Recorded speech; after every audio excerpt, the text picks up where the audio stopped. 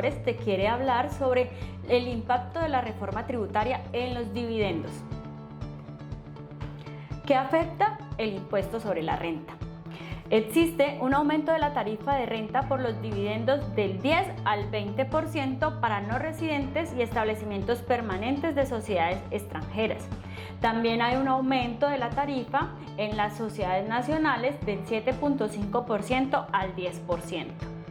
Aumento de la tarifa de renta por dividendos del 10% a la tarifa general de rentas de una persona natural, que oscila entre el 19% y el 39%. Hay un aumento de la base de tarifas de dividendos. Estamos hablando de estas VTs que son exentas del impuesto. Las primeras 300 hasta el año 2022, y para el 2023 serán 1090 VTs. Impacto de la reforma en dividendos.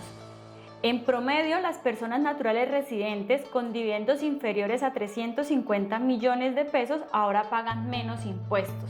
Para quienes tienen dividendos superiores a esta cifra, como hay un cambio en la tarifa de la persona natural, porque las tarifas son marginales, pues puede existir un aumento del impuesto en el pago de dividendos. En la reforma trajo consigo un descuento tributario del 19% en los dividendos.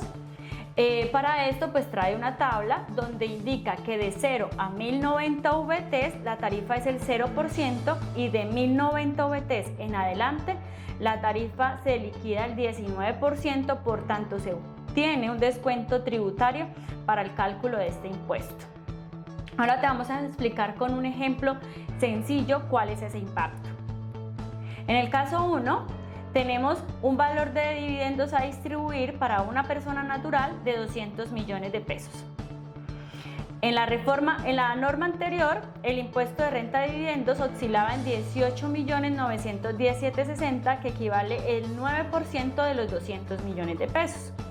Ahora, después de la reforma, los mismos 200 millones de pesos, según la tabla, causan un impuesto de 45.485.000, pero como tengo derecho a un descuento tributario del 19%, que equivale a 30.480.000, el impuesto del dividendo es de 15.005.367, lo que significa que es el 8% de los 200 millones de pesos. Por tanto, esta persona va a pagar menos impuesto al dividendo que lo que teníamos en la legislación anterior.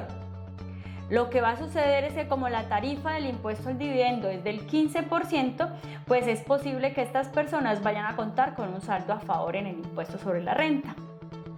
En el caso 2, tenemos una persona que tiene dividendos por 1.000 millones de pesos. Legislación anterior, el impuesto de renta era 98.917.60, que equivale al 10% de los 1.000 millones de pesos.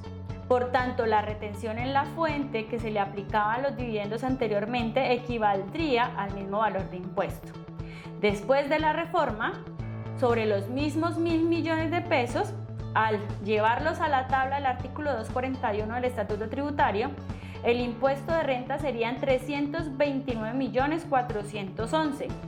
Como tiene derecho a un descuento tributario del 19%, que equivale a 182.480.000, significa que el impuesto del dividendo menos el descuento da 146.930.000, que significa el 15% sobre los 1.000 millones.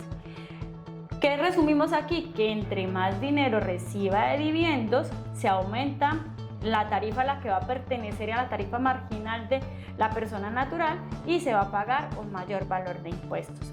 Muchísimas gracias por acompañarnos en este espacio. Esperamos que haya sido de utilidad.